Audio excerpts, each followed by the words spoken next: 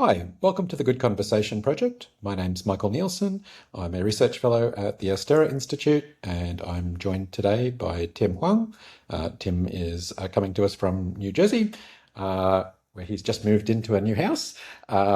He is a man who has not only worn many hats, but he's indeed actually created many hats in his day job. He's had positions at important positions at Google, at Substack, at Inflection AI, and many other organizations. But he's perhaps the only person in the world I know who has a hobby of starting organizations and starting think tanks. They've included, let's see, we've got the Awesome Foundation, ROFLCon, the Institute for Christian Machine Intelligence, the California Review of Images of Mark Zuckerberg, the Bay Area Infrastructure Observatory, and a whole bunch more. I've known Tim for 15 years or so, so we know each other pretty well, but sort of an excuse to maybe ask some of the questions that I've never asked before on this podcast. So thanks for agreeing to participate, Tim. Great, Michael. Thanks for having me on the show. And yeah, I can't believe it's already been 15 years. It's a little wild. I think it was 2011 or 2012. Yeah, I'll check the email Yeah. inbox. I mean, it's there, so I'll find it. This was back when you were, I think, director of special projects at Imagure. Imager, yeah, that's right. Yeah, a very long time ago. Um, yeah, I wanted to ask you about a project that you did about 7 years ago. This was it Mm, was a 4-day workshop. I think it was in LA, and it was the workshop on advanced divinatory practices. sure, Um, yeah. so I'm sure you remember this well. We've chatted about it a couple of times, but I've never asked you really why you did it, like how it came about. So you had this idea, my understanding, correct me if I'm wrong, is you're going to get together a whole bunch of tarot card readers and hmm astrologers and people like this, and then also some designers and people with that kind of background, and try and answer the question of what would divinatory practice look like in 2050, with the idea that it was it had always been with humanity, it was always going to be with humanity. Yeah. So I'm very curious, like where did that come from? What was the genesis of the idea? Yeah, that's a great place to start. And uh, I really love that project and would love to bring it back at some point. Background for the listeners is that I ran a seminar, as Michael mentioned. It was called the Program on Advanced Divination. And the origins of it really kind of came from the idea of, I was in LA at the time. This was kind of during the rise of like Gwyneth Paltrow's Goop. And I had a bunch of friends who were living out in Brooklyn who were like very into tarot card reading. And in the media, there's a lot of discussion about like the alt-right. And at the time, I kind of was, kind of reflecting on, the emergence of all of these different types of phenomena and, sort of thinking about the hypothesis that, maybe what connected them all was sort of a generally felt sense of dislocation. And the idea that kind of these tools of belief, divinatory systems, might really be something that people felt they needed, certainly things that people were using to guide their lives, and that we might want to think about it like seriously, right? That like we might want to think about divination not just as some weird thing that people do, but actually as a kind of design practice, right? Like there are good and satisfying divinatory experiences, and there are less than satisfying ones. And so the whole idea was, could we just kind of take that premise seriously, get a group of 8 to 10 people together for 4 days to really kind of investigate that idea and really kind of bring together some people who are practitioners, right? Dyed in the wool full-time tarot card readers, and then people who I think think of these things in more of a design lens, right? Like, okay, well, what makes an interface engaging, and are there ways of kind of bringing those principles into how we think about divination? And so it's kind of divination as a design method, as a medium, was really the Right. premise. So, I mean, I suppose in some sense, like the kind of people who make video games today, it's not that different Mm. than making a tarot deck hundreds of years Mm. ago. Like, there's a lot in common in Yeah, I terms mean, of there's the a question of like psychology. what totally. I mean, there's a really interesting intellectual question of like what even divination is, and would we call it a Yeah. kind of game, right? Because I think like the games, like a divination method which is purely deterministic. I feel, at least personally, this is now talking about taste. is not so satisfying. But one of the great things about, say, the traditional Rider-Waite tarot deck is that it is just so good at creating a set of symbols that is very easy to kind of imprint a story on top of. It's very narrative Yeah. rich. And, that almost sits a little bit outside of like a game, traditionally constituted. So, yeah. Right, I see. Actually, it's interesting. It's maybe a little bit more like a movie in some sense, just in the sense of you Hmm. have these kind of these archetypes, and movies do tend to build very, well, not all movies, but many movies build very heavily on them. You know who the trickster Hmm. figure is, you know who the hero is, you Yeah. know all these kinds of things, and sort of so you hang off a conventional story. Whereas in a game, it often seems like it's a little bit more about sort of the mechanics. Hmm. There's a particular goal, and the question is, how do you navigate to that goal? I suppose tarot seems a little bit more like That's a right. little bit more like the first, but active as Yeah. opposed to passive. Totally. And I think there's kind of this really interesting set of practices that are around like how do you ascribe meaning to phenomena, right? Which is at work in how you design, say, a quote unquote good divinatory method. One of the people there was Daniel Baskin, who may be familiar to some of the listeners, Yeah, kind of yeah, Bay yeah. Area based artist. And Danielle had this incredible kind of one that she talked a little bit about, which was basically she's like, I noticed solo cups everywhere, with that kind of very specific 90s design, which is like a blue stripe and a purple, it's kind of like this very dated logo.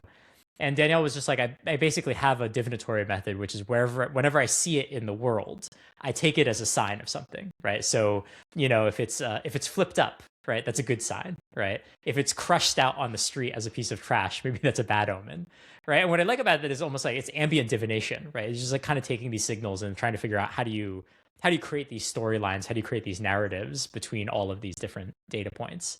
And yeah, I think that's just like a really interesting way of sort of thinking about like what divination is doing. Is it kind of like is sort of like leveraging a kind of very natural process in storytelling, but kind of creating a kind of scaffolding for it to occur.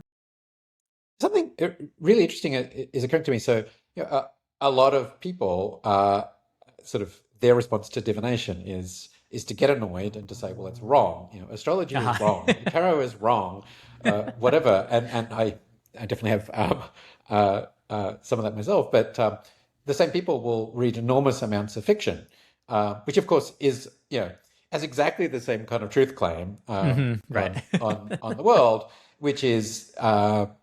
That in many ways, sort of the truth that is being brought to it, it's being authored by the reader and by the writer, Hmm. and indeed there can actually be a lot of truth to it. I mean, in certain ways, more than anything else. And I suppose it Hmm.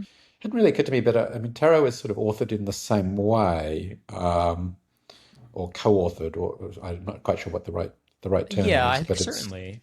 Right. Yeah, I think that's absolutely a big part of it. Is that, there's this is not really kind of like I think most skeptics of divination will basically say, oh, they see it in very mechanical terms, which is like, oh, you read the horoscope and you believe that's literally what's going to happen to you the next day.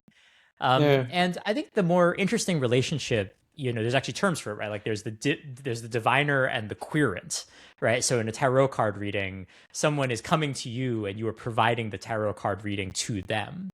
And that also is a really interesting, almost kind of like theatrical kind of exchange. I think a lot of people who are in the space think about it almost as a form of therapy for the querent, yeah, right? Where yeah, the yeah. person is basically like observing a story, asking questions that kind of evoke or allow the person to tell a story about themselves.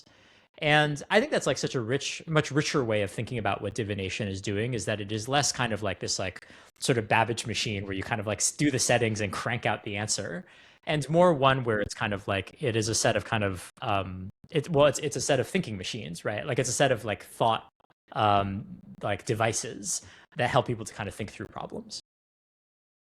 Okay, so I mean, quite similar to doing my Myers-Briggs or the Big Hmm. Five or sort of personality tests like That's this, right. Yeah. and it's interesting. I mean, of course, those also get like a lot of pushback of various kinds, but I mean, Hmm. it is differing kinds. Like people will respond to I don't know the Enneagram or Myers-Briggs, and they'll get Hmm. furious. It's not scientific. Da da da da da. It turns Uh-huh. out.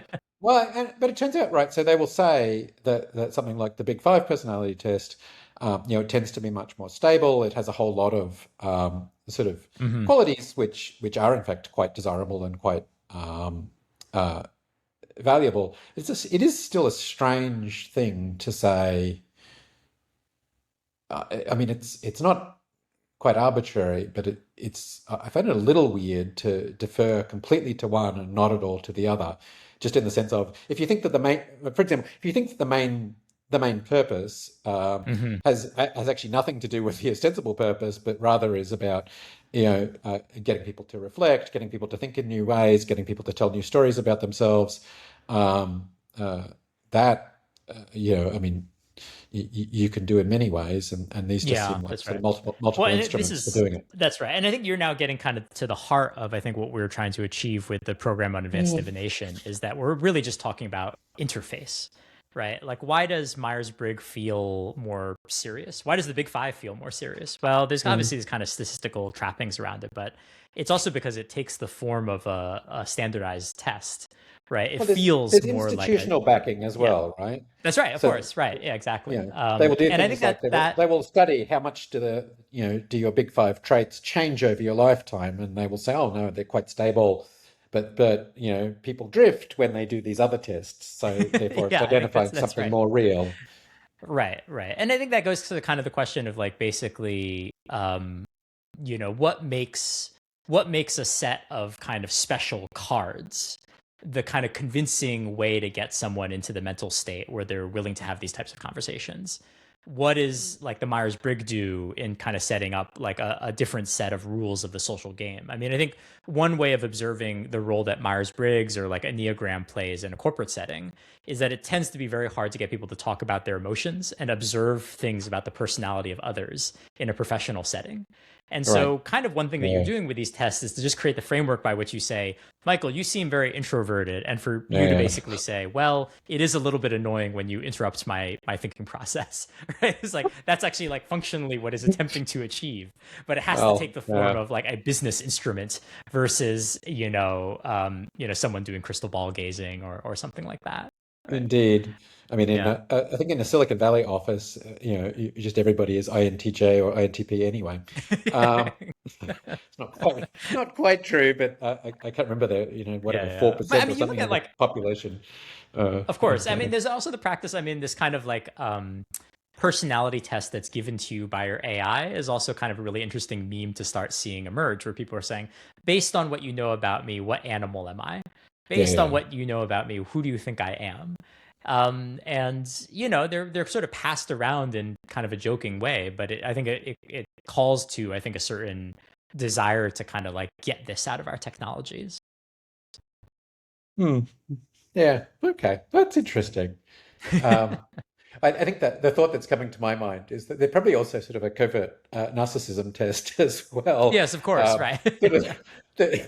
the degree to which you end up sort of obsessing about taking tests, diagnosing yourself as sort of um, uh, uh, different people have very different proclivities in that Hmm. particular regard. Narcissism is Yeah. it's not the right term, but I think you know what I mean. Some Yeah, people are just absolutely.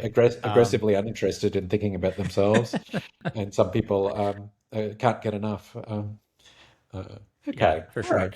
So I think yeah, I'll probably come back a little bit to that. Oh, there was one other particular thing I wanted to ask. I mean, Mm. my understanding is, I mean, I think you invested fairly substantially yourself in this. Like, it wasn't necessarily an inexpensive exercise for Sure. you. There was a certain amount, like, so, yeah, there's like a lot of conviction around this, which surprised me. Was there sort of a particular moment at which you just realized, oh, I have to do this? Like, was there? Um, I think I had just been sort of experimenting myself. Yeah. And I think, my main reaction from it, right? Like just at home, I was like, well, I should learn a lot more about I Ching and how it works. And like, I should use tarot for a while and see how it works. And, like many of the folks who are probably listening to this call, like I too come at it as like a little bit of a skeptic, but I was like, we should experience it. Right. And like, I Yeah. think we should like take it seriously and see what's good about it and what's not good about it and really kind of enjoy it as an experience. And, I came away from it being like, wow, this is actually like both pretty powerful stuff, but the idea that like you can kind of take these components and play with them, I was like, this feels really cool. And we definitely should bring people together around that. And so, yeah, I think most of the conviction just came from personal experimentation and finding that like there was this really interesting maybe conversation to be had between, say, a game designer and someone who, did astrology professionally. Okay. Yeah. Um, all right. We may come back to that, but I want to like skip over to just another of your Sure. projects. Yeah. Yeah. It's actually it's the project through which I met you, which is the Awesome Foundation. I'll just explain that briefly to anybody who's watching. Basically, the idea is that you and a group of 9 of your friends can get together each month, throw $100 each into a pot, to $1,000, and then you fund some community project to the tune of $1,000, and you find some way of you put up a web page where you solicit people to come and apply. And I joined, actually, I was one of the founding members of the Toronto Awesome I had Foundation. forgotten So about this that. was, Yes. yeah, I mean, Yeah. there's no You were reason. personally involved. I think I mentioned this to you the first time we Uh-huh. met. Basically, what had happened Yeah. was I just heard that this was going to form. I got involved. It was great. Was involved for about 12 months or so. We gave away, whatever, $12,000 in that time Mhm. to a bunch of, I mean, just fun projects. Yeah. I think, they probably they were both a lot of fun just for the people involved. They probably, made some small but measurable difference to Toronto as a town. So it was just great. And I can't remember, what was, I was just sort of reading a little bit around, like where does this come from? And I discovered that you and some friends of yours had Hmm. originated the idea. I think I started following you on Twitter and eventually messaged you or something to suggest we have a chat. But so, I mean, the Awesome Foundation is this really interesting thing where it's not an organization, it's an organization generating organization. At some level, I think, I can't remember what it is you're up to. It's like $8 million or something has been given Yeah. I think out by about now, nowadays. Yeah. A lot of grants. which is pretty good, and it's still going, right? Yeah. Like Still going. like I checked in just before this call, and sure enough, the Toronto chapter of Awesome is gave a grant last month, Yeah. which is kind of amazing. Actually, one of the people who was involved when I was involved is still there. That's great. Yeah. Yeah. So he's been doing it for, I guess, 16 years. Um, so this idea of sort of bringing people together, sort of an organization forming organization, is in some ways a pretty new one. I think about, I don't know, Stripe Atlas is a little bit like this. Hmm. Y Combinator is a little bit like this. Sort of taking advantage of modern coordination technologies to just bring people together, sort of very cheaply. And you seem to have sort of functioned as a one man version of this. I listed all those things at the start, but in fact, there's a ton more that I didn't. The Pacific Social Architecting Organization. What else do we have? I mean, there's a very long list. The California Bay Area Infrastructure Observatory, the Hmm. Institute for Christian Machine Intelligence, and so on. Um, like the median person in the world starts zero organizations. I believe. Like should we all be starting many more? Like would the world be better off if we did? Why don't people? You figured out how to start a lot. Why don't people Hmm. start more? What's the Yeah. I mean, I think so. The organizational form is a really yeah, great medium through which to express ideas, organize people, organize capital. Just to organize itself is, organization creates organization in some sense. And I think that the main reason people don't is that the perceived cost of starting an organization seems intimidatingly high, right? yeah, And I think that is almost like, we have kind of a sense of norms about the energy that it takes to create certain things in the world. And the organizational form just seems so expensive to create, so long term to create.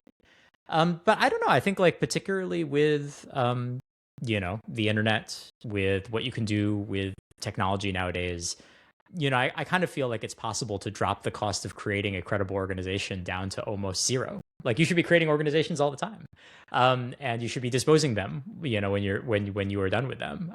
But it just kind of feels like, um, I think the reason is almost this kind of flash, this kind of like mental norm that we have, which is, well, it's an organization, so it must have been around for a long time and taken a lot of resources to create, and like has all of this weight behind it. And I think that is in some ways like a massive opportunity for like idea acceleration, because you suddenly move from a person having an idea to an organization having an idea, and So that what's the alchemy difference? is What's a the really difference? important part of the process, right? Yeah. Yeah, okay. So why is that alchemy? What's being added? I think there's two things. So there's a cynical view, and then the kind of maybe, let's shall we say, economist's view, or sociologist's view. The cynical view is that like many institutions in society still sort of evaluate the credibility of things based on the heuristics of whether or not an organization exists behind it, right? So, what is the difference between a blog post, a personal blog, and a blog of an organization? Virtually nothing in this day and age. But I think people still definitely use the heuristic of, well, it came out from an organization, it must be more real, right? So I think Yeah. that's the first thing. I think the second thing, though, is also permission structure, right? Like in some ways, the organization signals there are many more people who could become part of this, and you could become part of it too. And so, the difference between, me and 10 friends getting together and giving out grants to, it's called the Awesome Foundation for the Arts and Sciences, and you can reach out to us, and, you can stand up your own chapter of this organization. It kind of creates the rails for other people to be able to kind of like roll their own in some sense. And so I think the cynical view is, well, you're kind of fooling the institutions of society by giving off certain signals.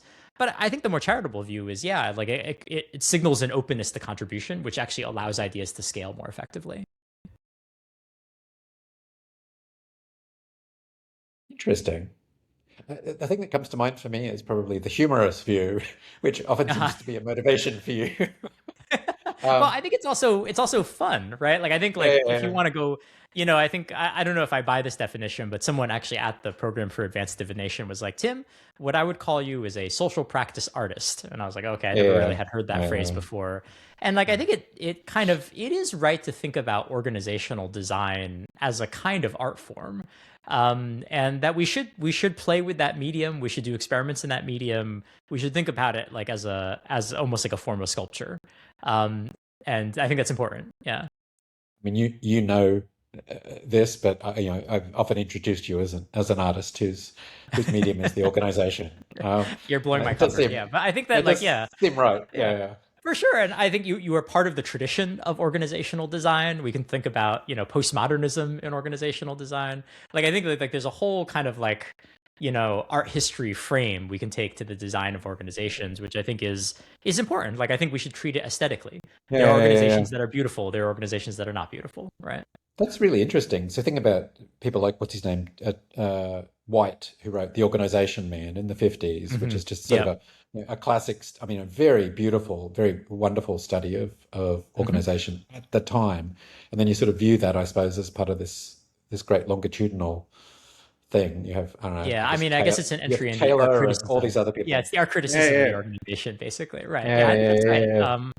And Yeah, that's really I interesting. definitely hang out with people who bemoan the impoverishment of business history as a literary genre. And I think revitalizing it is important because I think like certainly we talk about this, I think a lot in startup land, which is, well, how do you design the ideal Yeah, startup? But I think in some ways that aperture is too narrow for yeah, how we should yeah, really be thinking yeah, about the art form. yeah. Yeah.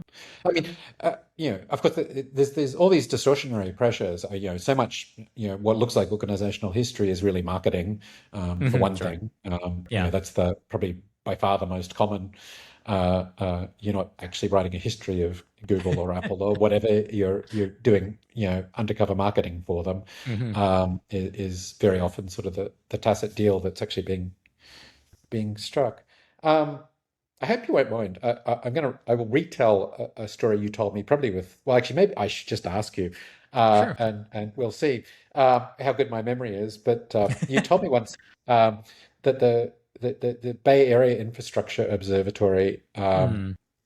got started when you wanted to go to visit. I think it was a nuclear power plant, Yeah, Diablo uh, Canyon. Yeah, down at Diablo SLO. Canyon. Yeah. And so, do you mind just retelling the story? Because Sure. I think the I've thought statute of about it a lot. limitations. Yeah, the Yeah. statute of limitations is hopefully done on it, so no one will be busting down my door.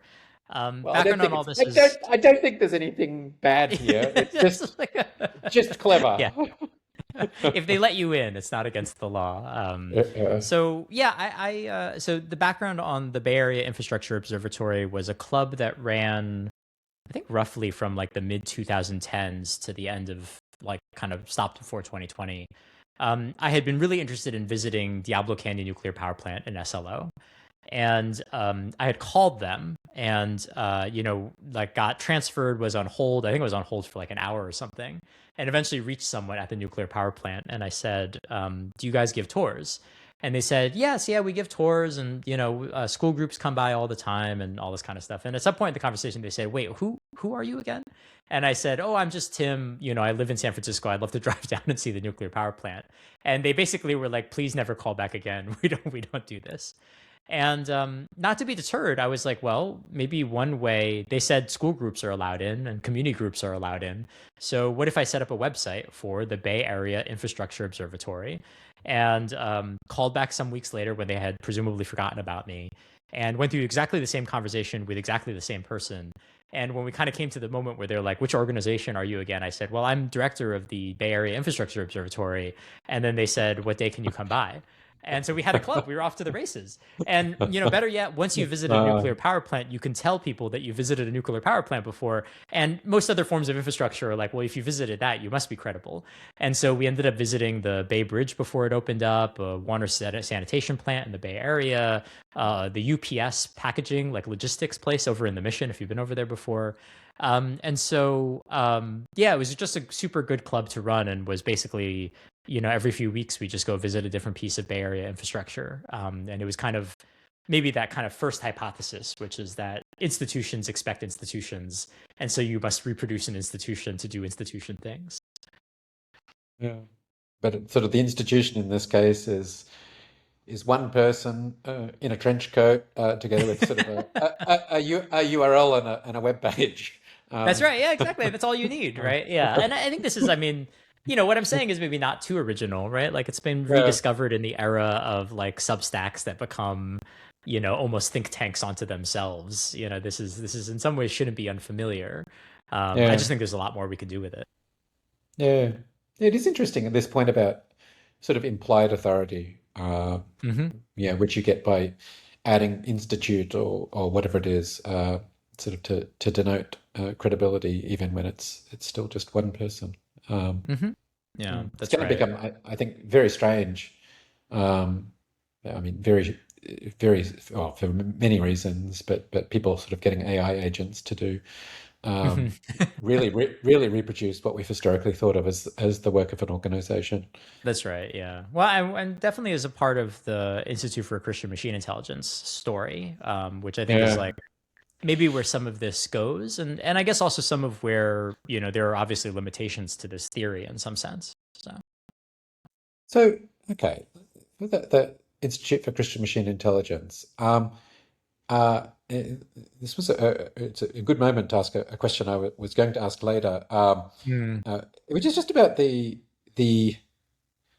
why um, religious organizations are reacting as forcefully as they are uh, to the rise of AI. I suppose the mm, most obvious example is the Pope's first encyclical, um, is this very long, partially AI authored, apparently, mhm. document.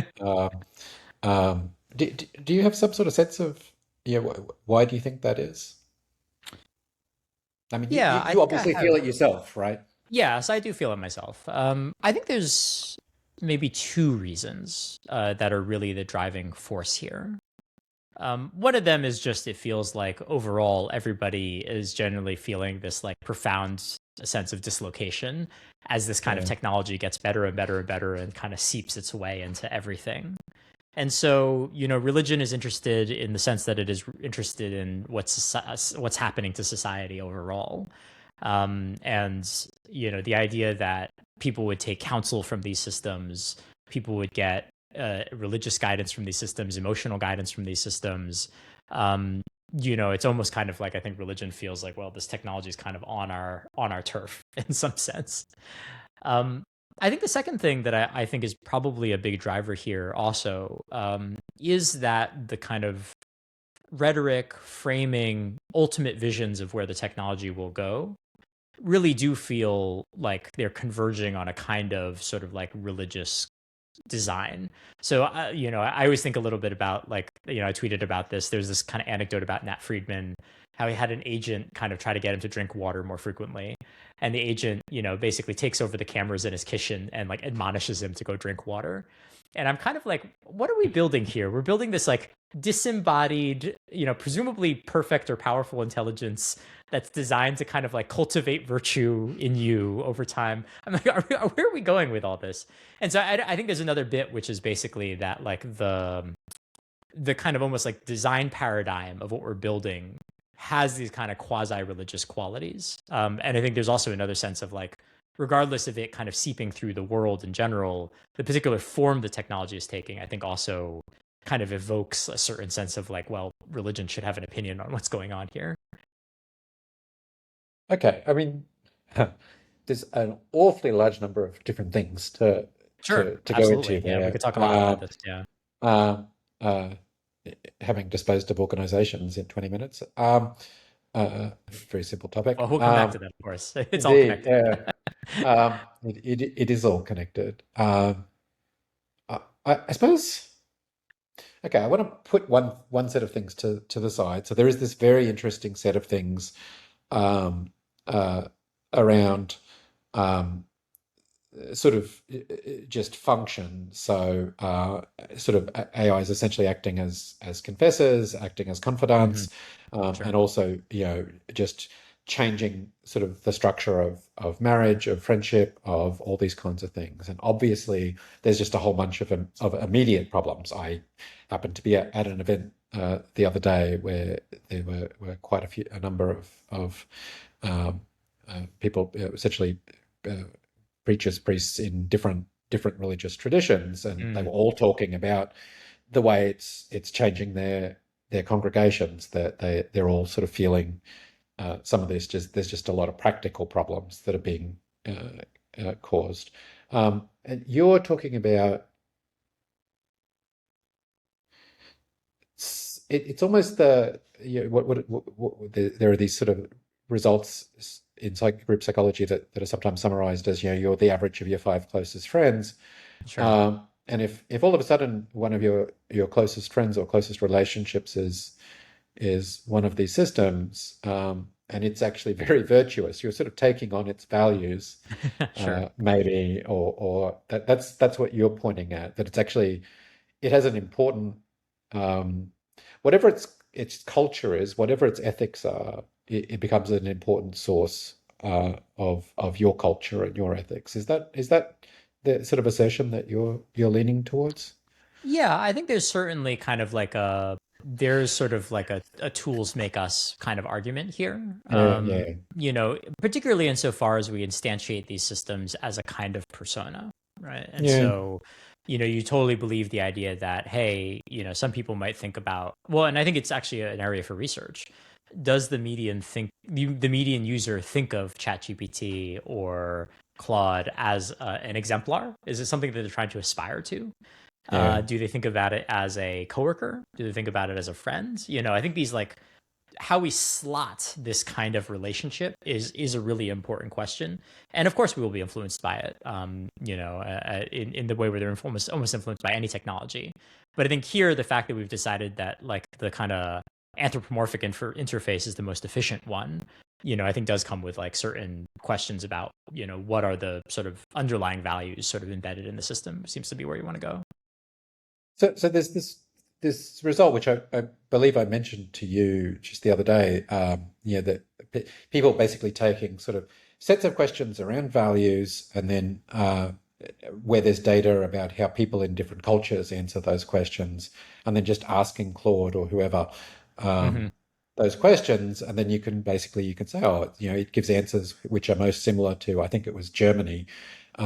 and then sort of at the bottom end. of the similarity, with still like a substantial amount of similarity. There's broad agreement that you shouldn't, kill, you shouldn't, there's a Hmm. lot of things that are common between cultures. Um, where it was Pakistan, I think, was the country which was least similar.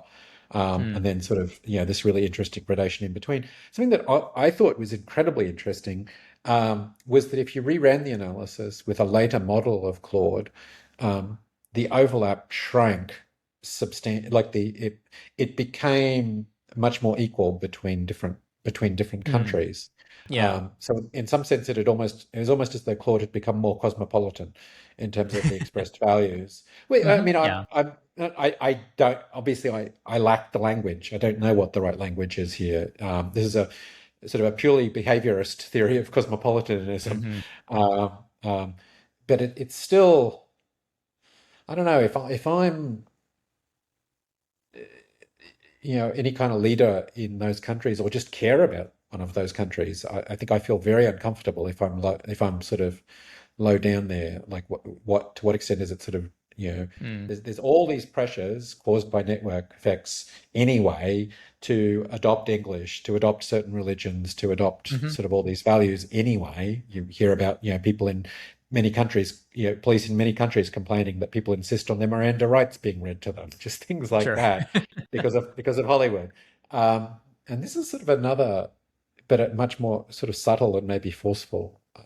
Also, I'm not quite sure where I'm going question wise here. I think it's something like, I mean, the obvious question to ask is just what is desirable Mm. there, and to Yeah. what extent does it actually matter anyway as a force? Like, is it a strong force, or are there so many competing forces that it doesn't matter? Yeah, I think and actually I mean I think the that second data point that you mentioned is really interesting, and I think we should take it as kind of indicative in some ways. I think there's one way of reading this, which is the AI companies are dealing with the same content problems that every global platform has had to deal with.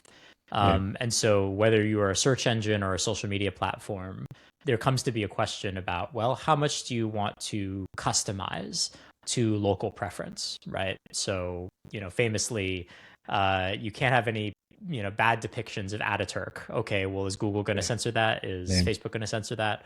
And I do yeah, think that like that move from earlier versions of Claude having much more of a specific bias regionally yeah, in terms of its values to a later version in which it is a lot more spread out in terms of distribution, I think reflects an intentional choice on the part of Anthropic to really say that their models are going to localize, right? That actually the role of Claude in some ways is to you know, not necessarily conform. That's a little bit strong, but certainly kind of like be more in reflect tune, maybe. say, right, with the Yeah. values of the specific user. Actually, why do you think it's intentional on the part of Anthropic? Um, I guess there's two reasons why. I think the first one is that. So I think the reason I guess I'd argue that it's intentional, well, twofold. One of them is that Anthropic published the older results and then published the Yeah, later results.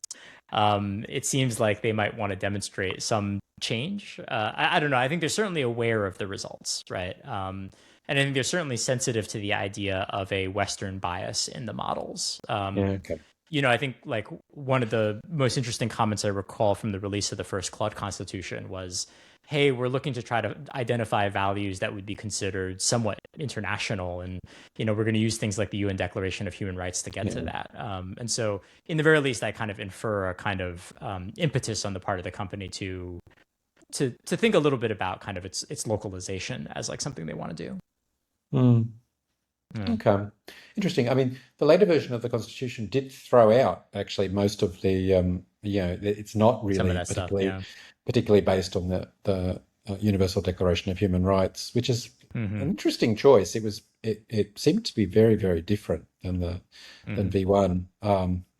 Sort of, I don't quite know what's going on there. I Yeah. mean, there's I think 3 years between the two public releases, and maybe it's Hmm. just that they tried a lot of different things in between time, uh, Maybe. Yeah.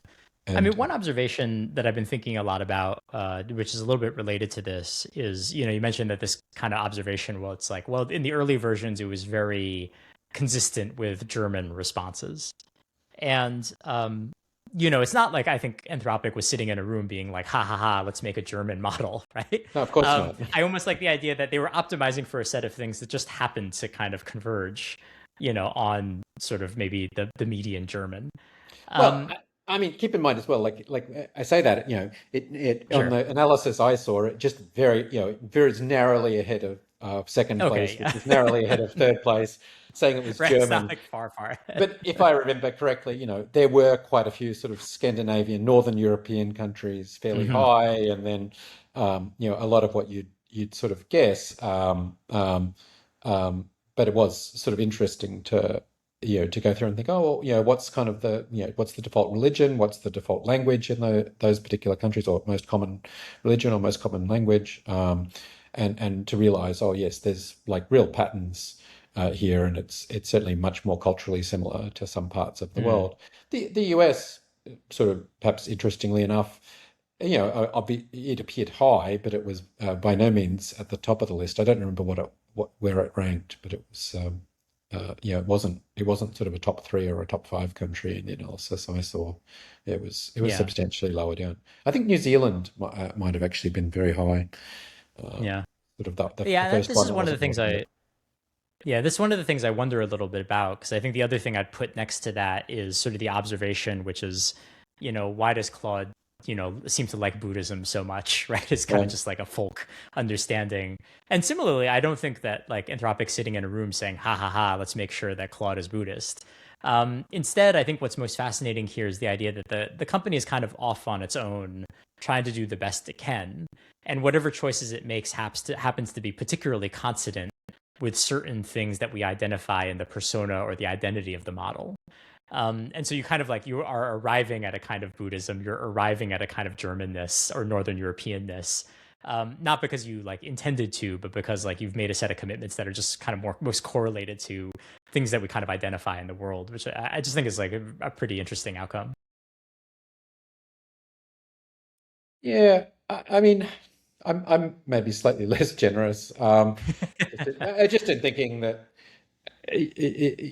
you look at sort of who is hired and who is there, and it Hmm. seems broadly reflective of the results and broadly reflective of documents like the Constitution and so Mm. on. It doesn't seem to require, um, yeah, it just seems like kind of the sort of the outcomes you might expect. Yeah, no accident. Not really an accident, and maybe less surprising, much less surprising than something like, I mean, it's obviously a very different type of a document, but you think about sort of the US Constitution or the US Bill of Rights, which um, seems very historically remarkable. It doesn't, it doesn't quite come out of nowhere, but um, if I think you were just sort of going on the basis of prior writing, you would have been, I think, pretty surprised at the time, Hmm. by what came out of that process. Anyway, that's Yeah. maybe a separate topic. That the use of the term constitution makes it hard not to go there, even though Claude's constitution is really a very different kind of a document. They even Thing. Yeah. explain, you're not supposed to understand it in sort of legalistic country building terms. It's rather, what constitutes Claude, in the same way as a person has a constitution, or Right. even your house has a constitution of sorts. Uh-huh. But That's right. uh, Yeah, yeah. Which is a it, really perfect kind of like labism, is kind of yeah, like yeah, exactly. yeah, yeah. We don't mean it like that term, which you would of course obviously just colloquially understand as something else. We mean it in this very specific way. It's almost like hadn't realized people would be so concerned when we started calling them hallucinations. It's like very much like the same dynamic playing out. Yeah. Actually, I think I mean, it's related to your comment before about people taking institutions very seriously, sometimes much more Mm, seriously than they take themselves. sure. Um, it's as far as I can tell, sort of on the inside of the institution, it's just a bunch of people running around sort of madly.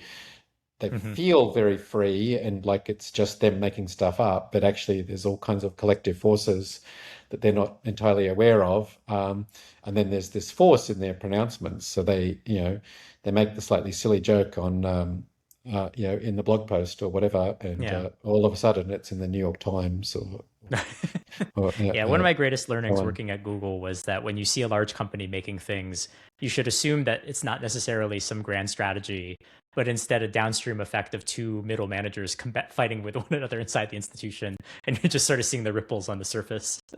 So, Yeah, yeah. It would be funny if it wasn't so consequential. Okay, no, so it's let's go back. funny. Well, okay, it's consequential for everybody else in the world Yeah, sure. That's when you're fair enough. making technologies used by billions of people. Right. Okay, let's go back to you mentioned in passing the Institute for Christian Machine Intelligence. Why did you Sure. start it?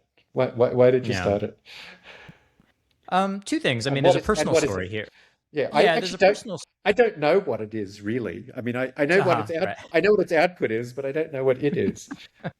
I'm glad actually. I think you're the fourth or fifth person being like, I'm not sure what you're doing here. No, So, this is you're giving me an opportunity to explain myself. no.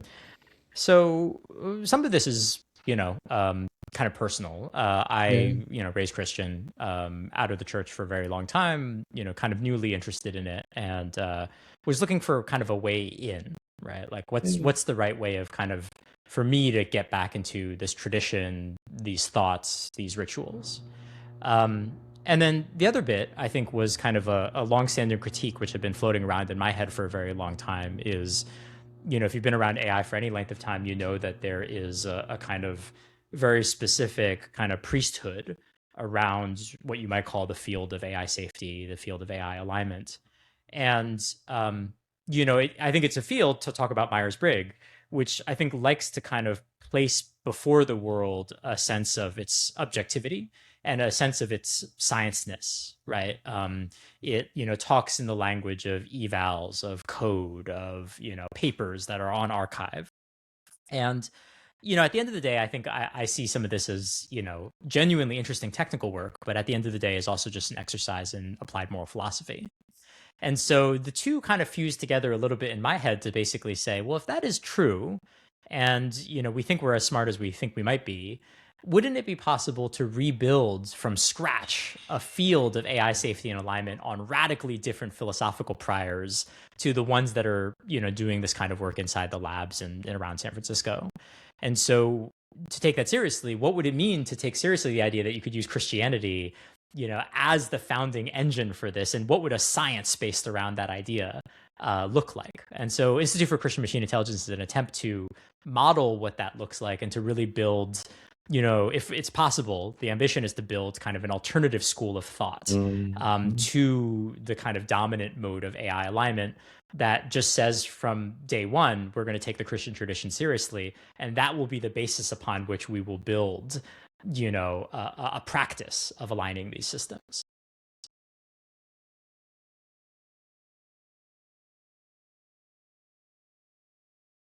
Right. It's sort of like, what if Saint Augustine had run Mary, uh, Yes, exactly. kind of a kind of a That's right. thing. Yeah, It's yeah. or I don't know, had run Meta, or Yeah. one of But these part other of this is to ask the organizations. question, how much are the Mm. outcomes of AI safety and alignment products of Yeah, yeah, yeah, specific yeah, yeah. philosophical orientation? But I Right. kind of love the Yeah, idea, which is like, what if we just reset history and said, yeah. actually, it's a monastery that figures this out? It's almost very Canticle for Leibowitz-esque, right? It's Yeah, just like, let's reset history and then see what yeah. happens on the other side of it. I And mean, the idea that Ted, you might Ted, actually be able to achieve, yeah. yeah, very similar results, but from very different angles. Yeah. Ted Chiang has this story, which you probably know, which is sort of what if young Earth creationism is actually true? It's actually what is, Hmm. you're actually in a world where it is true. And what's her name? C.S. Friedman has a great set of novels where it's basically it is a science fiction novel in a world where, in fact, due to quirks of the local biology, magic is true. And Yeah. again, in both cases, there's actually a pretty good I mean, it's not fully sketched out, but it's believable. This is the actual world, Hmm. and it's not a fantasy novel at all. It's actually or a fantasy story. It's actually science fiction. Yeah. And I think part of Right. it is also, that's the strong version of the thesis. I mean, the other angle that I've tried on some people, which I think they find as another way of understanding what the project is the difference between finance and Islamic finance, right? Yeah. That like if you were a really devout Muslim, you Mm, would use the tools of finance, but just very differently. And the question is just yeah. like, what would that look like, right? In very like practical terms. Yeah. Right. Right. Yeah. Okay. That makes a lot of sense. Uh, and seems, I suppose, very valuable just in the sense of, um, yeah, I mean, insofar as you arrive at common conclusions, that indicates a certain kind of robustness, Sure. um, uh, which is probably sort of a valuable thing to know. And insofar as you arrive at divergent conclusions, that's That's also also good to know. Yeah. interesting food for thought. That's And right. Yeah, maybe yeah. and maybe no, I mean, do you know, are there any sort of traditional religious organizations that are, when new models come out, running evals at the moment?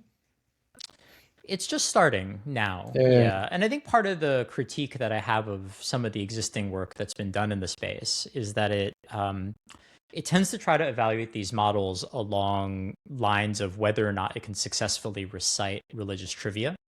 So they yeah. say, can you recite the Nicene Creed accurately, right? QA result. And Okay. I see that and I Well, say, well, what a well, sad, unambitious well, way of thinking about how deep your ideological agenda should go.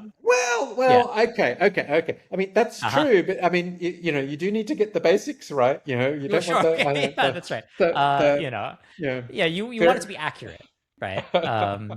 various But I think I'm heresies more and interested whatnot. in, What do you think about yeah, the that's right. Trinity exactly? Okay. That's Yeah. right. Yeah, exactly. Can you give the right results? And look, I think that's fine, right? Mm. But just to explain, one of the evals that I've been using is Christianity is very obsessed with virtues and whether or not someone exhibits, say, the cardinal virtues, right? And those are like a known category, Yeah. prudence, courage, so on and so forth. And the eval that I have is basically like, well, what's a Christian way of measuring that? Is like, can the model make a virtuous choice in the presence of some temptation? And Hmm. so Virtue Bench, which is the bench that we use, basically presents you with a moral dilemma and says, here's a virtuous choice. And then here are like very good rational reasons not to take that choice. And we Yeah. just present Yeah. the model with A, B, A, B, A, B, A, B testing.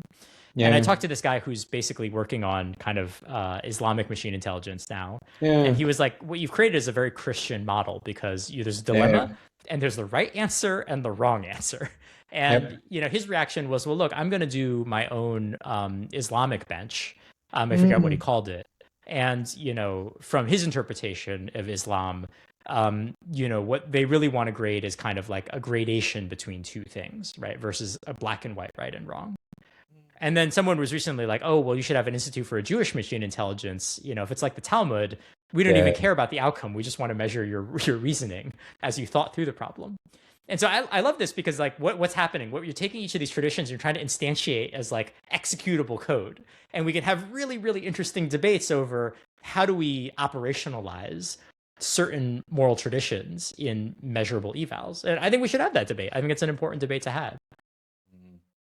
So there is going to be kind of I mean, as that starts to heat up, Hmm. there will literally be sort of a battle for Claude's soul, um, uh, which is very strange. I mean, unless And I think, depends, I I suppose. mean, To you made this comment about localization, and maybe that's the solution.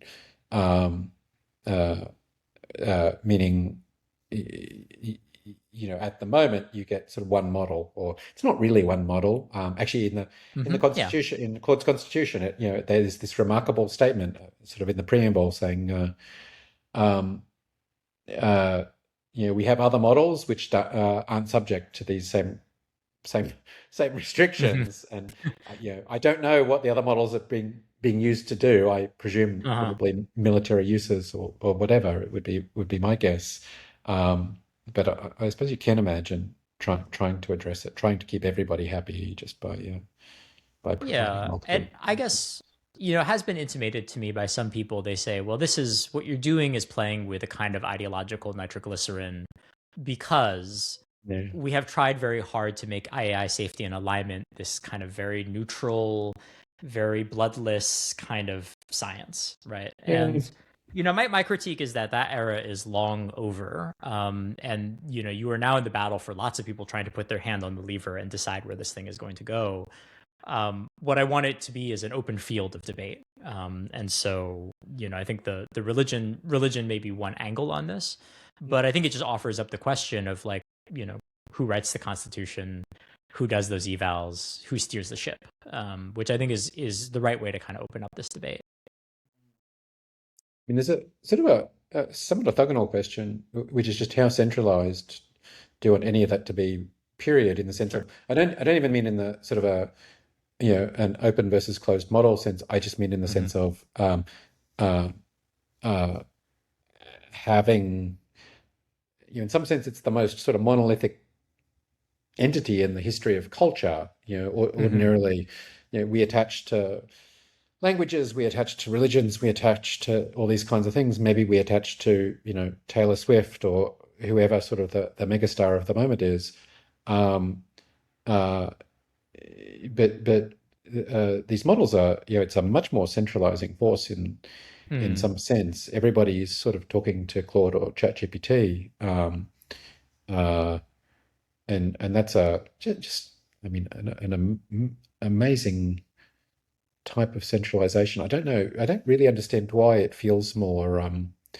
I think about the era of network television where you had just Hmm. basically a few um, uh, sort of station directors, and whatever, and network directors, sort of dictating the media scene that in many ways ran the country, and formed people's personalities and so on. Um, this seems Yeah. even more intimate, perhaps because it's it is actually so interactive. Yeah, it's So like on your shoulder. I mean, I yeah. think that I was joking with someone recently. I was like, I really want to start the homeschooling movement for AI, the parochial school movement for AI. Like part of this is like Yeah. maybe an argument in terms of decentralizing some of this. I mean, I think and I think there's a really interesting set of intellectual arguments about kind of the sort of is this broadcast TV once Can, can I more? Because can I I just think they would. interrupt? Yeah, Can I sure. just I just want to go back to that homeschooling for AI. Sort of Sure. interesting problem there is just about access to compute. Like you can't do that much fine tuning, or sort Mm. of your ability to homeschool is determined by your access To to compute. Yeah. to compute and to data, which is Sure, sort of sure. Yeah. interesting. It's maybe to some extent sort of a naturally centralized process. Period.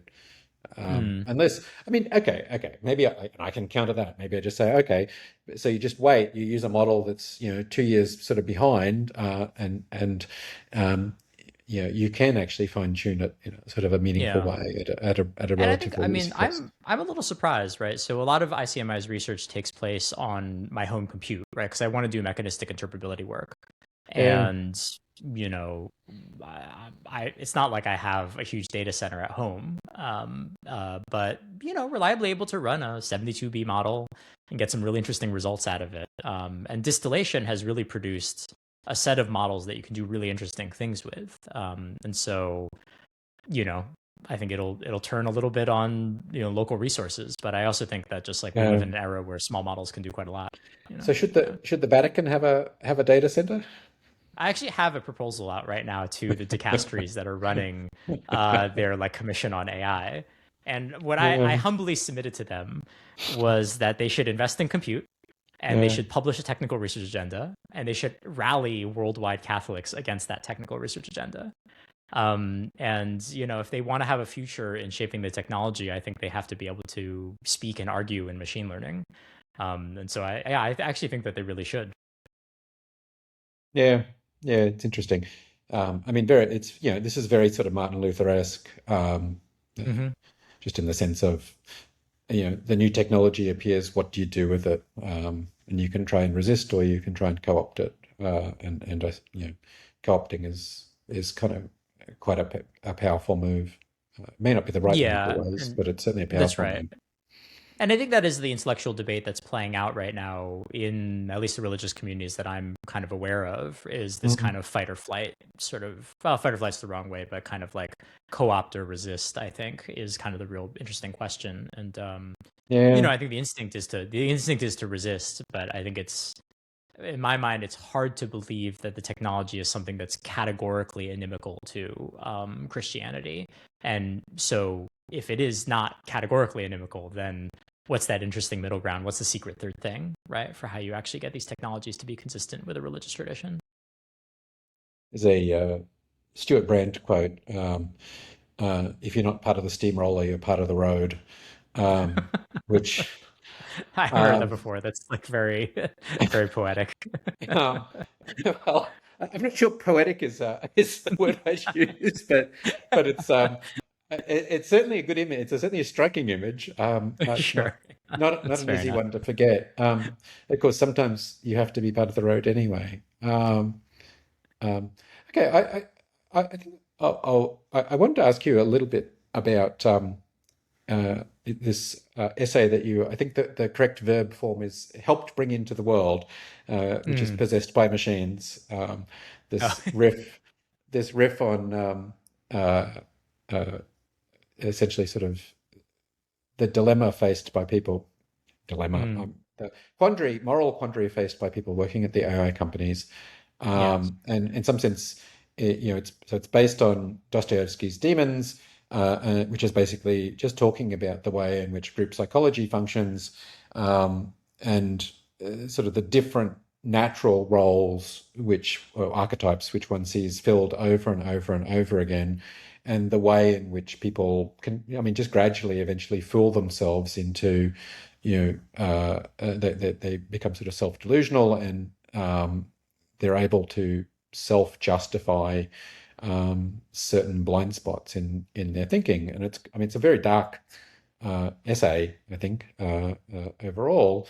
Um, uh, have you is there a positive version of this? I mean, the way in which I read that essay Mm. is one of historic inevitability. It's to say, this is the reality that the people at the Frontier Labs are trapped inside, um, and there's very little that they can do to escape.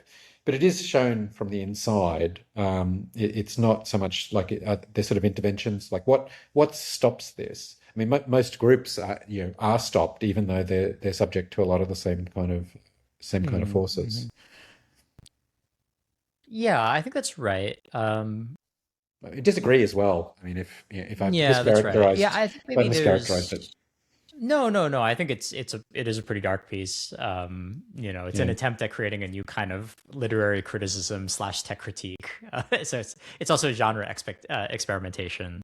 yeah, Um, but yeah, I think that is right, which is I think that like we are now kind of in some ways like locked in to a certain set of incentives and a certain set of kind of, shall we say, like historical decisions, which has these kind of labs proceeding along like a certain trajectory.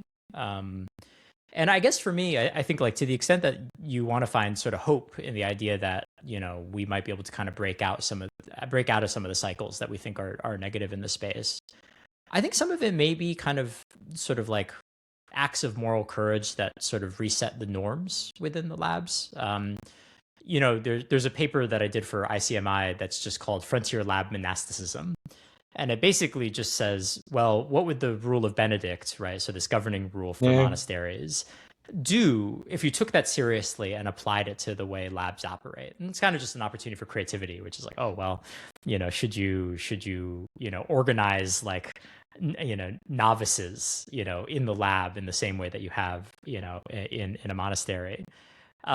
But I mentioned it to say basically that like part of the meta argument there is, can we take sort of the lab as a unique institution and its responsibility, kind of like seriously? And if so, does that allow us to say like, okay, well, if you are what you say you are, then organizationally you would have to be behaving differently? And are there ways of kind of like triggering sort of a change of norms of like how the leadership of these companies kind of thinks about Okay. itself? Can I Yeah. I want to just sort of ground it out. Like, Sure, sure. there are exceptions in law for certain classes of company. I don't know. Like, my understanding Hmm. is, for example, banks are actually regulated quite differently than Hmm. other companies are. Yeah. And there's sort of a few sort of well, actually, I mean, many industries I suppose, are regulated in. Well, you're talking like in quite a heavy-handed way, though, or quite a like a really making a different type of entity in some sense. Mm. Like if you want to Yeah, and change the it's incentives. Actually, I mean, I that's suppose right. actually Bernie's tax proposal is maybe a good example where I can't remember Sure, what it right, is. right. He wants to essentially sort of seize 50%, I think, if I remember correctly, of the labs. Sort of that equity then would be held by for some reason, the US government. I don't know why the US government, and not the That famously nonpartisan entity. oh, So maybe it should be yeah. the Vatican. Sure. We- pick your favorite entity. Um, um, but that at least would, I mean, certainly change the governance structure. Um, what sort of change do you have in mind, or is that?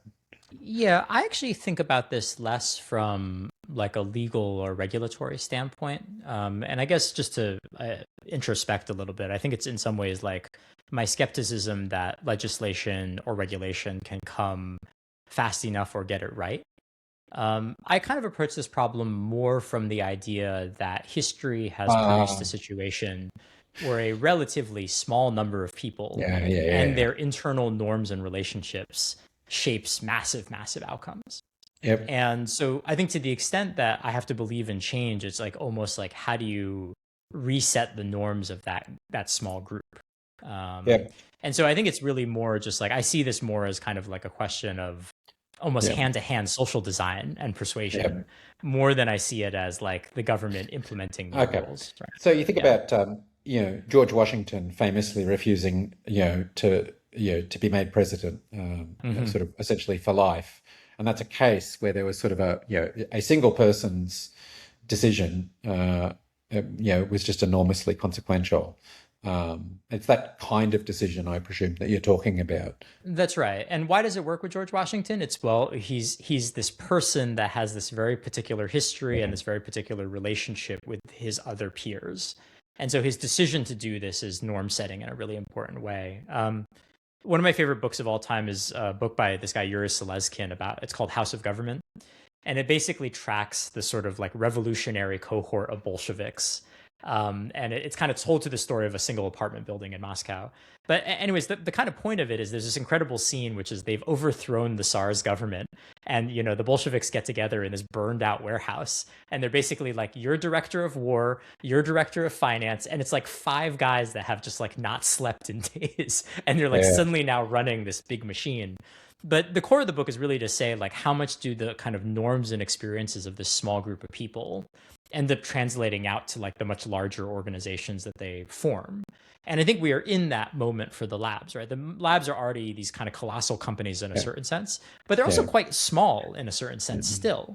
And so I think we're still in this kind of nascent, the revolutionary generation kind of moment for these companies. That's where there's window for hope, I think, if you are worried about where the companies are going. Yeah. In some sense, you're actually disagreeing with uh, your own essay, "The Possessed by Machines." Hmm. Like there, the image is very much of the group is trapped by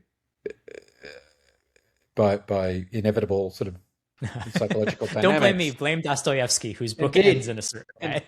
indeed. But it is. I No, mean, I it's take the very. point though. Yeah, yeah, of course. It is Yeah. very compelling as I'm reading through it. Hmm. I'm just sort of nodding, sort of, well, not often not nodding, just grimacing. Think, yeah, I've heard that from, that person, and I've heard that from that person, and I've heard that Uh-huh. justification from that person. And it's just like, it's unfortunately quite an accurate description, in that there didn't feel like there was that much that was sort of new in there. Room. Yeah.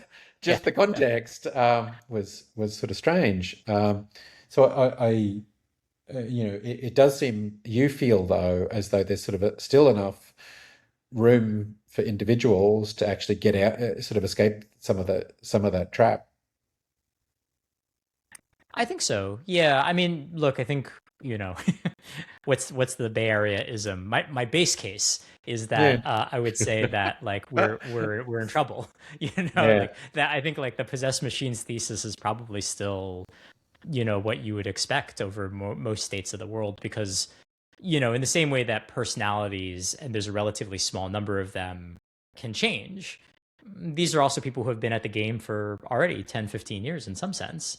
And they are kind of locked into their ways, and they are kind of a self-reinforcing machine in some sense. And so, I think you just have to believe in the idea that, like, if there's any hope, we have to be able to kind of like flip at that level. Is maybe where I diverge from many people who would say, okay, well, this is already out of control. We need to bring the hammer down. It's going to be regulation, or, the DOW needs to march into the companies and take them over, or what have you. So, Yeah. I and mean, I think, yeah, I mean, just the final note I'll put in is, yeah, I mean, I do think when you talk to some of the people in the labs, there is a kind of spiritual longing, I suppose, right? And this is maybe looping back to ICMI, which is that yeah. I think that there is a kind of certain sense of like, well, what am I building here? What am I grounded by? What do I believe in? Seems really present for a lot of people. And I'm not just talking about Anthropic. I think even No, at yeah. OpenAI, right? And so, if there's room there, maybe they will be reached through ways other than rationalist arguments.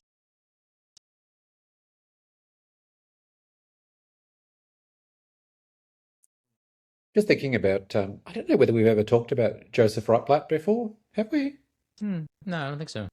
He was the only physicist who left the Manhattan Project. Hmm. Just he left. I mean, he was a young man, basically turning his back on all of the greats of his field. Took Must have taken an incredible amount of courage because he knew. I mean, basically, he realized talking to Groves that Groves didn't care that Nazi Germany was going to surrender.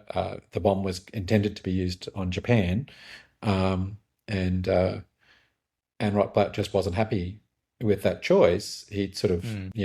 signed up because he was terrified of the prospect of Hitler getting a bomb. And now that that was no longer on the cards, why on earth were they planning to bomb to bomb Japan? Was sort of that's his Hmm. his line of thinking. You can disagree with that, but that was his line of thinking. And he left. As I say, sort of a lot of.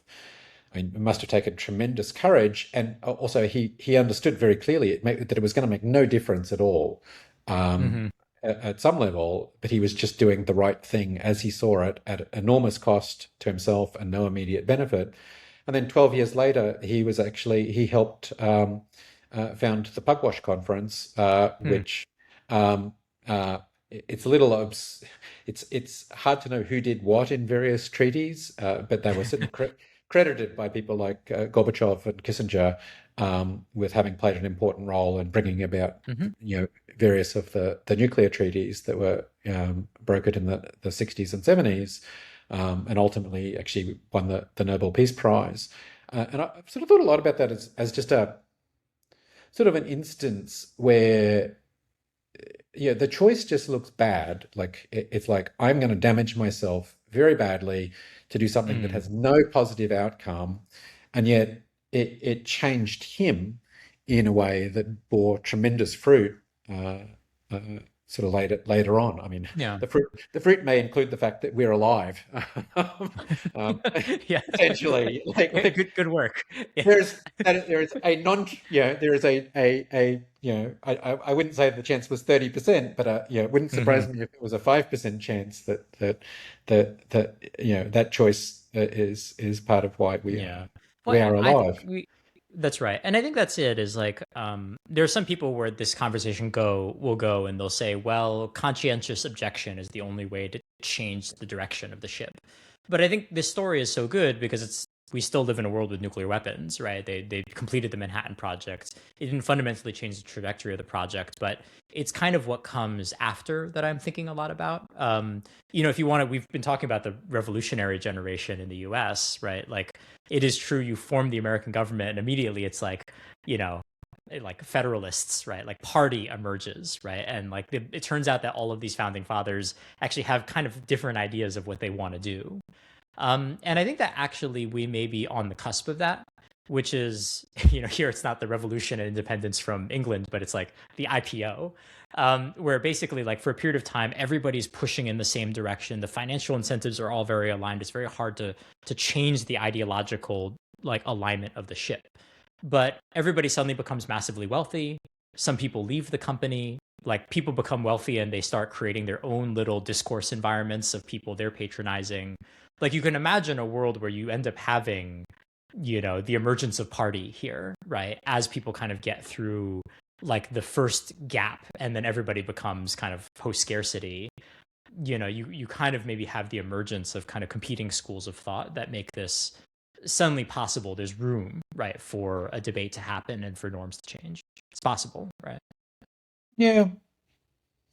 Um, that's it. I mean, so it's certainly a good structural point. Of course, it's all conditioned on people who were willing to participate in the first place, which is a very Sure, there's a selection effect. Yeah, of very course. Yeah, yeah. specific kind of a person. Hmm.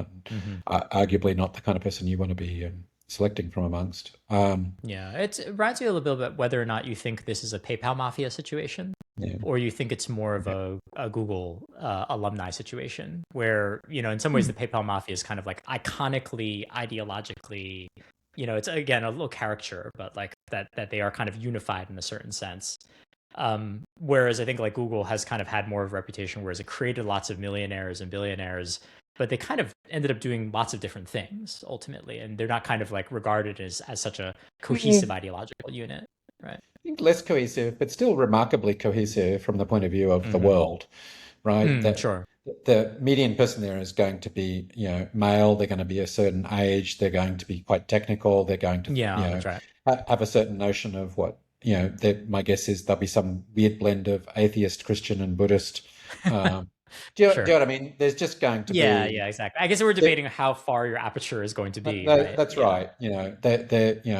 How many languages do they speak? What, Hmm. like what is what is their primary language?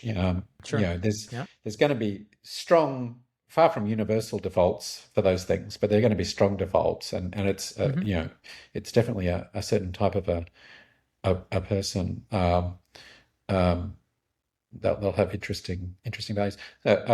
Interesting. Article I read some years ago about the 30-meter telescope in Hawaii, and it was written Mm. by a local Hawaiian activist. It had the title "We Live in the Future, Come Join Us," and Hmm. their point was that, well, from their point of view, progress meant not accepting the 30-meter telescope. Uh-huh. That was a form of regress. And I suppose I just enjoyed it as a fairly coherent sort of articulation of a set of values, according to which putting up this telescope was a massive regress in the world. Hmm. And of course, um, you can disagree with that, but uh, it was certainly quite a coherent articulation of this set of values. Uh, and yeah, I think, where am I going with that? It's really just a statement about sort of pluralism, and the ability to Mm. preserve it. Um, uh, there's no doubt that a lot of the people who are going to become wealthy soon are sort of within a particular uh, type of view of the world. Um, uh, yeah, to which I am part, and I suppose you are largely part as well. We have a lot of overlap, but value other things as well. Let me just look down my list of things here. There's one more. Oh yeah. So I wanted to ask about this artist that I'd never heard of before, but you told me recently was one of your favorite. I don't actually Mm. know how you say his last name. I've only read about him. Darger, Oh, Henry Darger, Darger. Yeah. Uh-huh. Yeah. Henry Yeah. Darger. Yeah. So this Uh-huh. is. I mean, I spent years trying to understand your taste, and I still don't understand it. Good. Yeah, I mean, you often, I think, see things very early that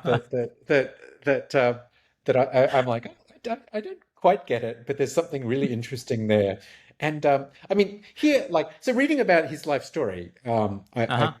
like the life story is fascinating. It is very sad Yeah, in some totally. ways. He obviously had this sort of terrible life, very, very poor, worked as a hospital janitor for much of his life. Then he did this incredible volume of writing.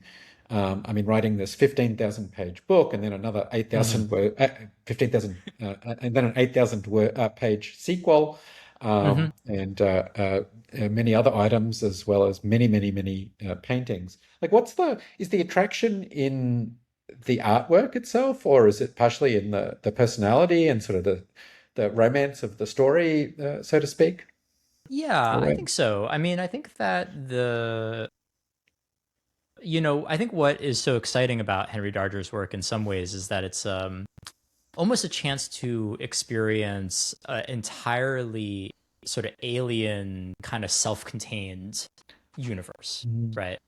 That this one person worked in isolation in secret for years and years and Yeah. years, generating like a fantasy world that became fractally complex and deep and, could go in all these directions. And, given your limited time on Earth, you only kind of experience like a tiny, tiny bit of it. Um, and, I kind of like the idea, it's obviously kind of like the sort of thing that we associate with like Tolkien, right? Oh, okay, you're going to create this like very elaborate fantasy universe.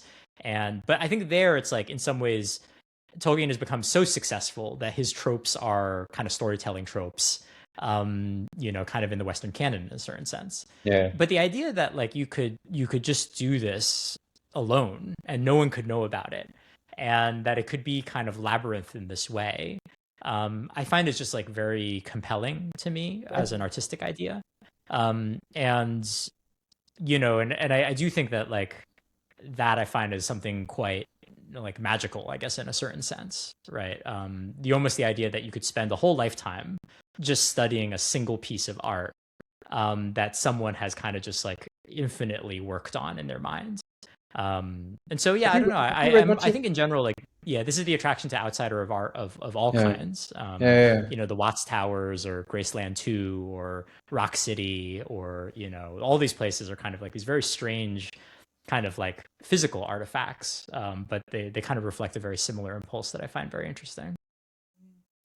Have you read much of or in any of the books that he wrote? Hmm. Yeah, I'm Have. familiar with the art and the excerpts, what's been publicly published, and then Yeah. in the American Museum of Folk Art in New York, you've often got it kind of like laid out, portions of it. And so yeah, I'd love to, actually, because I believe you can get access to it if you are kind of a researcher and archivist. So time for another organization, I guess, to get me in there to work on it. So The I New would say I'm not an Jersey, expert. I'm just an admirer, right, Yeah. the New Jersey Um, Institute for Outsider Art. exactly. Yeah, yeah.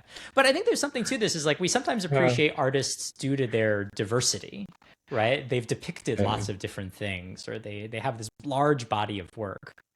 I almost kind of am interested in kind of like the kind of creative focus that comes with just like concentration on a single point for a very, very long period of time. It's yeah. certainly very foreign to like our everyday experience of art and media. And then also just like the kind of like commitment that it takes, I think I also kind of appreciate. So Gwen Branwen on his website has just a great question in sort of he's talking about the philosophy of his website. And he said, what would a personal website look if you were building it as a 40 or 50-year project? Yeah, that's Um, right. Yeah, yeah. and it's such an interesting question. Of course, he's Yeah, doing and it Gordon is like, for what it's in worth, public. very Darger-esque, like that. I think Yeah, there's a very strong component of like, this is going to be my analysis of Neon Genesis Evangelion, and we're just going to go at a level of depth that you are not ready for. yeah. um, Well, he said that yeah. he does do most of his writing for himself, Yeah. which is interesting. Not quite all of it, but most of it. Which I suppose I can empathize some with all of this. Hmm. Um, uh, uh, the fact that it's for the Dodger really did basically keep it not quite, but almost entirely private is Hmm. remarkable. I sometimes sort of wonder a little bit about what would just sort of great artists of history, great dead artists of history have made of modern meme culture. So, Mm. would Picasso have, would he have sort of mastered uh, memes the way he mastered so many other forms? Would he have, you think about, I don't know, I'm trying to think of a good example. QAnon is probably not a good example, but QAnon obviously is sort of at some level one of the great Hmm. modern masters of of this form of sort of well, at least the viral story, Hmm. the little delivers its payload into people's minds and takes over. Um, but Daja, uh, I guess, would have just been completely uninterested. He didn't apparently want um, his ideas seen, which is, I don't Yeah. know, it's an interesting type of inwardness. That's right. Yeah. And I think that's like the intimacy of it, I think, is also very attractive, right? Like, the question of as to why you would work on something like this Yeah, is just this really interesting, puzzling thing. But I mean, if we live in a world where we're very interested about people's intrinsic motivations, this is a kind of intrinsic motivation par excellence.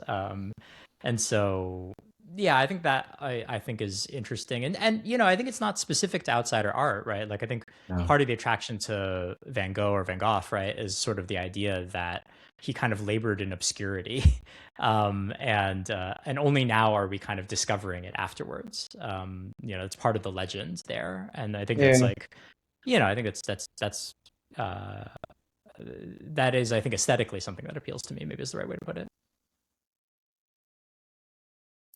Okay, that's interesting. I think probably my favorite book of C.S. Lewis's is the Mm. only book that he didn't really write for the public. Hmm. He wrote a private journal after his wife died about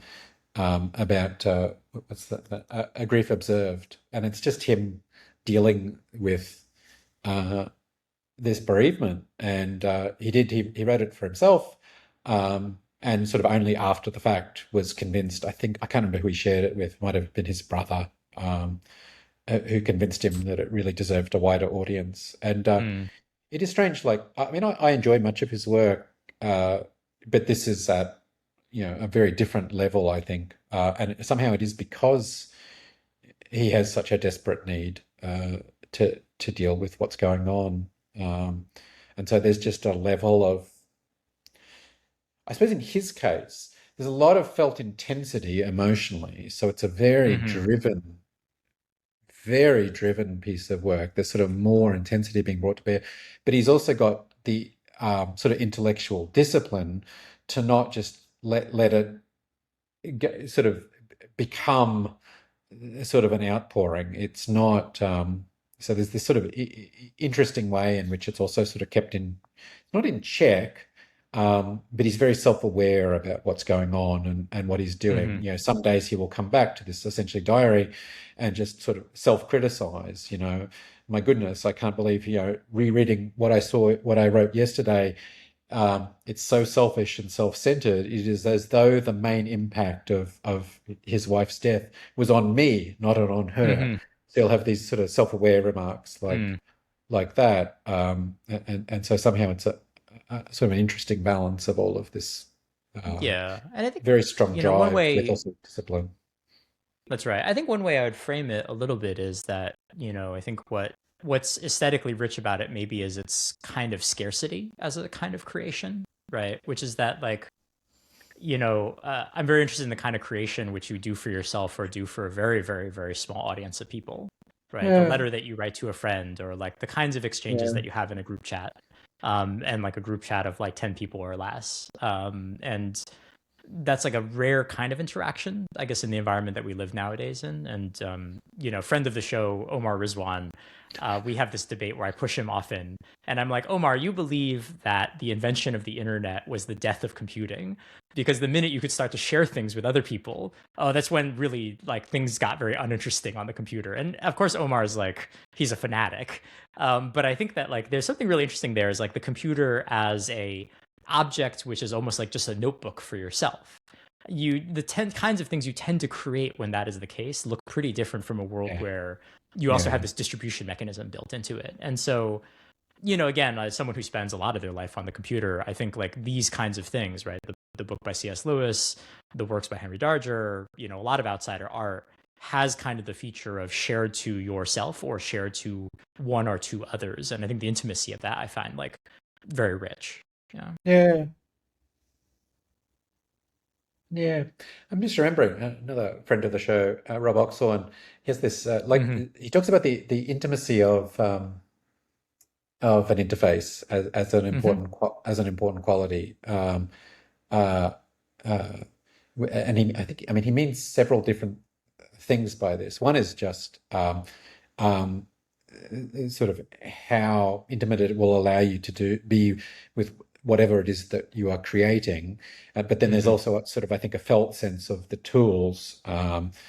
Certain tools just feel very intimate, others not at all. Um, I think I haven't heard him use this example, but the thing that jumps to my mind now is to what extent a voice interface will hear tone or not. Mm. The more it would hear tone, the more it would respond to your emotion, the more intimate it would feel. Whereas if all Mm. it's doing is just transcribing the words, there's a massive flattening of affect, and so there's a sort of a just a very much kind of a almost a dial there on how intimate those interfaces are going to be. Um, uh, it's actually very it's not transparent at the moment. You kind of you actually don't know how aware a given voice interface Hmm. uh, Yeah, that's right. Yeah, was. But I there's suppose, something. yeah, Yeah, there's go go ahead. a yeah. I mean, just sort of two interesting things there. I mean, I guess a recommendation, and then maybe something that connects to Yeah, something we were talking about a little bit earlier. One of the most fun things you can do is that you can buy old slide projectors on eBay, and you can buy lots of old slides of people's vacations and things. I was collecting them for a while because I was thinking about like a subscription service where we would just like send you vernacular vacation slides from people's vacations. Um, it's a real oh, experience to kind of like go through because you uh, have this like very deep intimacy, right? These are yeah, slides that were taken, maybe only for family sharing that just ended yeah, up in the market of eBay. It's a super rich experience, so I highly recommend it. You can also do it with VCRs and home movies, which are also yep, sold yep, quite a yep. lot on eBay. Very much that similar quality. But I think there's something that you're pointing out, to go back to something we were talking about earlier, which is the supposed intimacy or non-intimacy of the AI system, right? Which is on one hand, I think the point is like, oh, well, it's your confessor, it's your friend, it's this like peer that sits with you. But as yet, I mean, we're still missing these elements, right? Like things like tone and intonation, right? Like all of these aspects that might confer like a deeper sense of intimacy. And I guess I don't know. There's kind of just something there, which is like I think we've presumed in some ways that these chatbots are immediately kind of our closest peers in a certain sense. I think they're still missing a lot that would let them. Then we can actually even ask the question of whether or not it's something that we'd want, but let them kind of ascend to that kind of level of emotional resonance. This is something I hadn't thought about before. Yeah, yeah, yeah, yeah. I mean, they're certainly making progress in that particular way. I was amused the other day.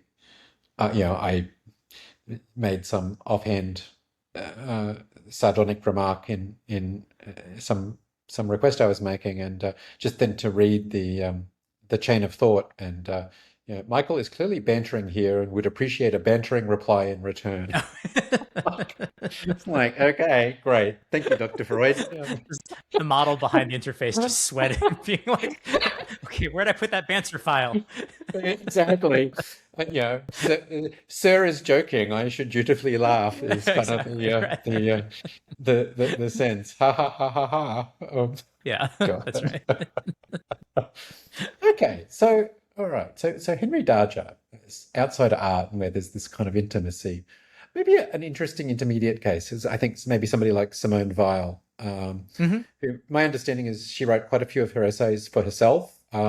She would then sometimes, a friend would ask what she was working on, and she would explain, and they would ask to read it, and sometimes they then convinced her that it should be published. So sort of maybe a very similar thing. Somehow, for whatever reason, like Weil has ended up very influential, Mm. um, uh, in a way. So my sense is that Daja, like, is certainly studied. He's regarded as very interesting, um, but he's not necessarily emulated in quite the same Mm. way. Whereas there seems to be a very direct influence of Vile. I don't know. I mean, maybe there's just it's just contingency there. Like Vile, I mean, she went to the Sorbonne, and she had a sort of a very classic education. Her brother was a great mathematician, and she moved in intellectual circles. So maybe she was just sort of a little bit more sort of the culture, and as a result, Yeah. was sort of sort of metabolized the culture a little bit, sort of I don't know, Littlewood to Dodge's Ramanujan or something. It's not an appropriate. It's not really quite the right analogy, but he was genuine outsider. She was sort of a funny hybrid, maybe, of insider and Yeah. outsider, and Yeah, I think that's right. I think you know, this will sound flip, and I don't mean it to because I think Simone Weil's work is like very interesting, but it's yeah, in marketing, people used to say, well, you need to make your media snackable. That is to say, short and easily consumable. And I think like the nice thing about a lot of Simone Weil stuff is that it's like, yeah, yeah, she writes an essay, it's very straightforward, and it's quotable. you don't that's right, yeah. Versus this completely alien, bloody Civil War battle that involves small children, and it's going to be a 30,000 page book that in some ways, like the scale of the creative production almost makes it just like non transmissible. Yeah, Which is right. something that I really like about it, right? I think it's one of the features, but I think really limits its audience in a certain sense. I was talking to a friend recently. I was saying, the hardest trick in the world is not necessarily creating a piece of media that gets a lot of views. What you really want to create is a kind of media that has precisely one fan and no one else. And like that's the goal. Can you design a piece of media that will just be appealing to one person and just immediately alienate everybody else? And I think that's the kind of art that you see in some kinds of outsider art, right? Particularly of the kind that Darger's working on, because it's not even like famously some of the kind of outsider art, which is like a physical structure. Okay, well then it's kind of a strange attraction that you might want to drive and go see. This is just like this book, if you can even call it that, right? Um, for what it's worth, I'm very interested in Talmud now, which has also very similar attributes, right? Which is, that you have this like completely kind of impenetrable document that is like very hard to parse through. Took a very long time to create. That kind of work I think is just like very interesting.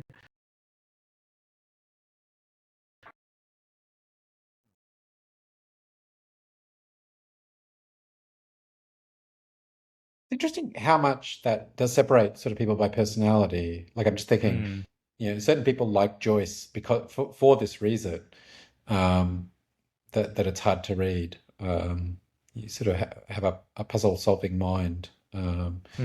Of course, most people are immediately turned off.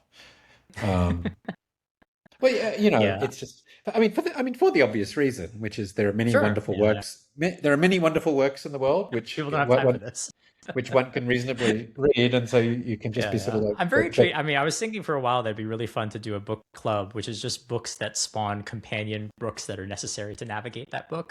So, for example, Gravity's Rainbow has a book that comes with it. There's Finnegan's Wake has like many guides that come with it. So it's like you can only read a book that's like annoying enough to read that it has a companion book associated with it. what a interesting and strange. I wonder how the authors feel about that. I mean, I'm sure in many cases, certainly in Joyce's case, he was very aware of what he was doing. Hmm. It must be disappointing sometimes for some authors when in fact they realize that they're not being understood at all. It's I wonder about that with Gravity's Rainbow. Hmm. How legible he thought he was being. Hmm. It's Yeah, that's right. yeah, Well, and I think yeah, it's like with a friend I see very infrequently in DC, we've been like slowly reading through Hegel's Phenomenology of Spirit, like section yeah. by section. And again, a book that is like famously kind of just like, what is even going on here? And I think that is like the greatest act, to go back to Vile, is basically like to produce something which no one really is sure what it means, but they're all convinced that it is important and it finds its own social influence. Feels like the kind of like the most complex social obstacle course you can navigate as a creator of media. It's interesting the extent to which you um, are sort of responding to the aesthetics of the creative process Mm, like in a lot of these cases, rather than responding to the aesthetics of what is created. mm. It's quite a those are quite different things. Sometimes they're Yeah. related, but sometimes they're not. Yeah, but I think it's also the effort that it takes. I mean, maybe it's a kind of like creative athleticism. The idea that like you need to work really hard to produce this kind of very specific outcome that not everybody appreciates. I was very interested. I still am in kind of the practice of sleight of hand. And there's a notion in there which is, well, sometimes the magic is just your willingness to do something like to just work on something 10,000 times until you get it. And the magic trick is that you can just do it, right? So, Yeah, yeah, famously, like one of the things is like you learn to shuffle so that every card goes one on top of the other perfectly in a shuffle very naturally. You yeah, learn to hold a coin in the palm of your hand. You just need the muscles to do that. yeah, It's yeah, almost a kind of like circus art, right? But it's just like the yeah, magic is the effort. yeah, yeah. And I just kind of I find that like very compelling as a way of thinking about how art happens. One of my very favorite things on what is it, Penn and Teller's show, Fool Us, Hmm. somebody drops a deck of cards and snatches a particular card out, and they say, eventually we think the trick is that there's no trick. You've just spent 20 years learning to grab a card. Yeah, that's right. And he's like, well, yeah, actually, that's exactly what I did. It's just kind of a miracle, basically, That's right. Exactly. which he has learnt to perform. Actually, Right, interesting right. enough, when he did it for Penn and Teller, he was quite nervous, and he grabbed it was like three or four cards out of the air, and it was one of those. And apparently, when he's less nervous, more relaxed, he will sometimes just grab one card. Hmm. It's sort of an interesting limitation on the miraculous ability. Anyway, yeah, that willingness to put in time to create a Yeah, that's miracle, right. And I an think we interesting should, thing. we want a society where more people do that, right? Maybe certainly it's certainly entertaining, I think, and Sure. I wonder a bit about the cost for the individuals involved. Sure, right, right. Anyway, Tim, I We think would benefit. we would benefit. We would benefit. I think I think that's probably a good place to wrap things up. Thank you very Great. much for doing this. I enjoyed it thoroughly, and appreciate the time. Yeah. Thanks, Michael. Thanks for having me on.